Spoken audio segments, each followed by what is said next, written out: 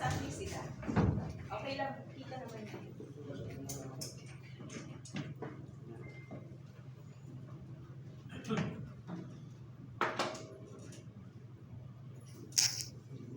Yes, a very pleasant morning. We welcome you to the weekly Philippine Sports Writers Association Forum, PSA Forum here at the PSC building ground floor inside the Rizal Memorial Sports Complex. Ako po si Judy Caringal on behalf of my partner Randy Kaluwag and likewise on behalf of our President Nelson Beltran. Welcome sa ating PSA Forum. Sana magkakasama tayo sa ating din live streaming Facebook page ng Philippine Sports Writers Association. Likewise, on a delayed basis, on the Radyo Pilipinas 2, ang ating pa rin sports radio, 918 kHz sa ating AM band. And we'll be having a two-part session for today. Mr. Tatsu Sara, the newly elected President of Asian Volleyball Confederation, okay? And likewise, President of our Philippine National Volleyball Federation will be with us later, second part of our session. But first, we'll be having a running event. So, salamat po sa Philippine Sports Commission, Philippine Olympic Committee, San Miguel Corporation, Smart PLBT, Milo Philippines, at ang Arena Plus. So without further ado, we would like to welcome ang mga organizers and friends of our Rock and Roll Running Series. This is the third edition, and long time no see, ang organizer natin, Miss Princess Galura, President and General Manager of Sunrise Events Incorporated, a part of Ironman Grupo. Our race director, Sir Julian Valencia, hi! And good morning sa director, head ng ating Manila Sports Council, Sir Ruel de Guzman. Welcome sa PSA Forum. Please, opening remarks, Miss Princess. It's nice to have you here once again. Good morning, everyone. Hello, Judith. Hello, Sir Nelson. And lahat ng mga nandito today. Medyo mga dekada na since kilala ko kayo. Thank you sa pag-imbita ulit sa akin dito kahit na pumogi lang tayo at hindi tumanda.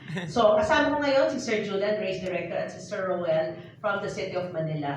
Very short lang, no, Judith. We have the Rock and Roll A6 Rock and Roll series presented by AIA. No? This is the third edition. We started in 2022.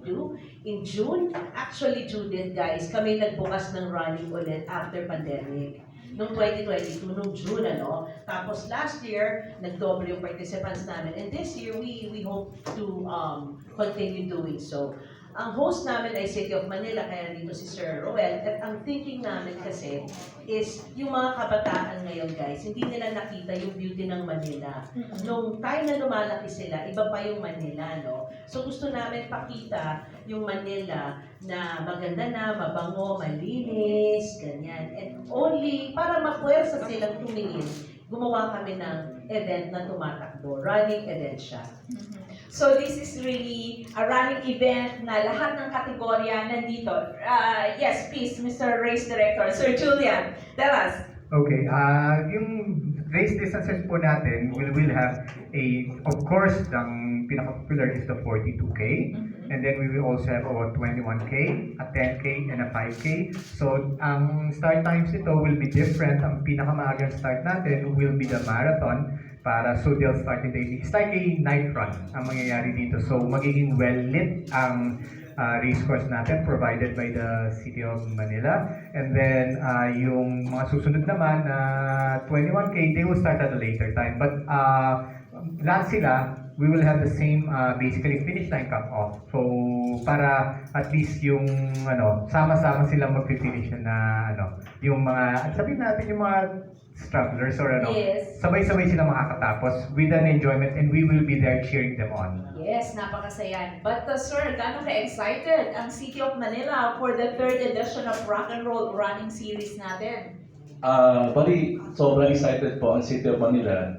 Katotohanan niyan is yung previous nilang event ng 2 beses na po, pangatlo na po ngayon, talagang very successful po. At napapasalamat po ang City of Manila, behalf po aming beloved Mayora, Hani Lacuna Pangan, at ang Vice Mayor is John Marvin Yulcepo. Nagpapasalamat po sa Sunrise at sa Rock and Roll na napili nila ang City of Manila until now, talagang nagiging nakikita ng mga taga-Manileño and then especially sa ibang bansa and dito rin po sa Manila na buong Pilipinas na nagagamit nila ang City of Manila para maging isang magandang event, lalo-lalo na itong rock and roll na to. Salamat po. Okay, so Miss Princess, kailan? May mga activities ba before the main race as we say? Ang race natin is November 24, 12 o'clock midnight. Tinatanong nyo bakit November 24, no? Kasi ang City of Manila, ang totoong hero nila ay si Andres Bonifacio. Sa Cartilla nakatipunan siya yung nandun. Na even though nandiyan si Jose Rizal, sa shrine niya, ang totoong tumira sa Manila ay si Andres, no? At ang Andres Bonifacio Day, excuse me, is November 30. So we try as much as possible to go for the latest date in November para sumakto. So basically, Judith, sabihin ko lang na mabilis, no? Ano ang rock and roll? It's a brand of Ironman, kaya nandito at Ironman shirt kami, no? And meron siyang 4 na M. So meron kaming memories, kasi pag tumatakbo ka, may memories ka. Meron kang miles, kasi tumatakbo ka ng kilometro o milya. Diba? Meron kang music, kasi nga, bawat 1.5 kilometers or less, merong kumakanta, whether it's a karaoke, a live band, a boombox, para masaya. And ang last naman noon is medal. Ang medal namin, ang tinatawag namin sa kanya ay bling. In the tradition of music, no? Itong sa kanan ko, ito yung 2022. Pwede pakita natin. Sige. Sige. Sige. Please. Malalaki siya. Kasing Okay, laki ng mukha ng mga ah. katabi ko. Malaki Oo. siya. Oo. Tignan mo, kasing laki ng mukha ni Sir Rowell na siya. At saka, Judith, mabigat. Oo nga. Tapos, Diba? ito yung 2024 na medal. No? Ito yung sa 42K. Kung mapansin nyo, sorry coach, pakihawak ng mic. Yes. Interactive medal siya. Gumagalaw siya. Oh, okay. Umiikot pa siya. Umiikot siya. Ito, may umabot ba dito this month?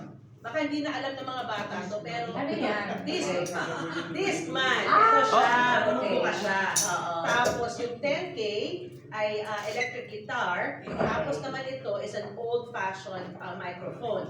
Tapos Judith, kung kunyari 42K ka, tapos mabilis ka at bitin ka, gusto mo pang mag 5K, Wow. kaya eh, kaya. 12 o'clock, tapos ka ng 3:30, pwede ka ulit magsimula ng 5 o'clock para sa Oh, 10K, yes. o kaya 5K ng 6 o'clock. Meron kaming third medal for you. Ang tawag doon ay remix. Ano to? Bata alam na to.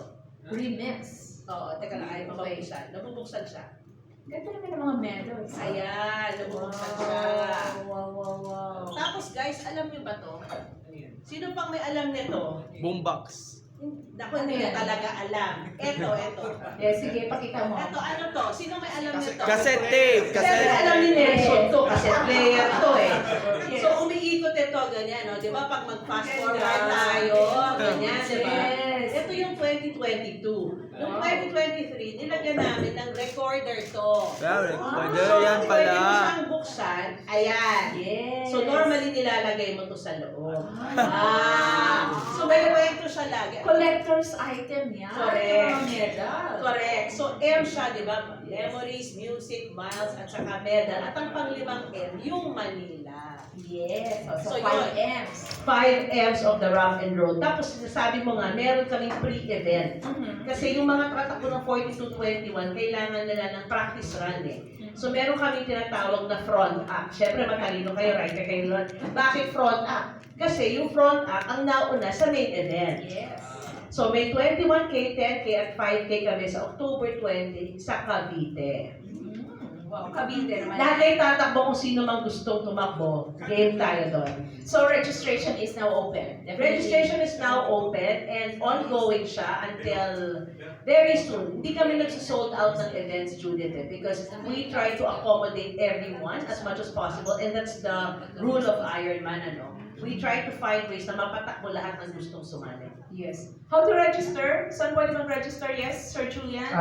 Ang registration po natin is we do it online. So you can go to sa mga links like if you go to the app or the Ironman natin website, and then nandun lahat ng links natin to register for the RNR and for the front act.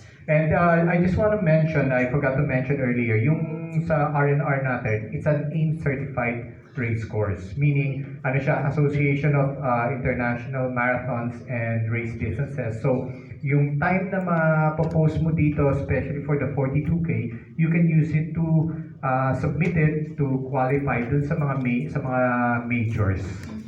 Yan. So maganda yan sa mga athletes who are trying to compete in bigger, di ba, international competitions. Parang ito yung stepping stone nila, Yes. qualifying race. Okay, Correct, that's correct. nice. Oo. Si Sir naman, okay, please share with us yung ruta po. Kasi napaka-exciting ng nung event. Lalo na gabi to. So, saan madadaan ang ating mga karera? Bali, ang ruta po kasi mangyayari, yung previous na ruta is Bronx Boulevard,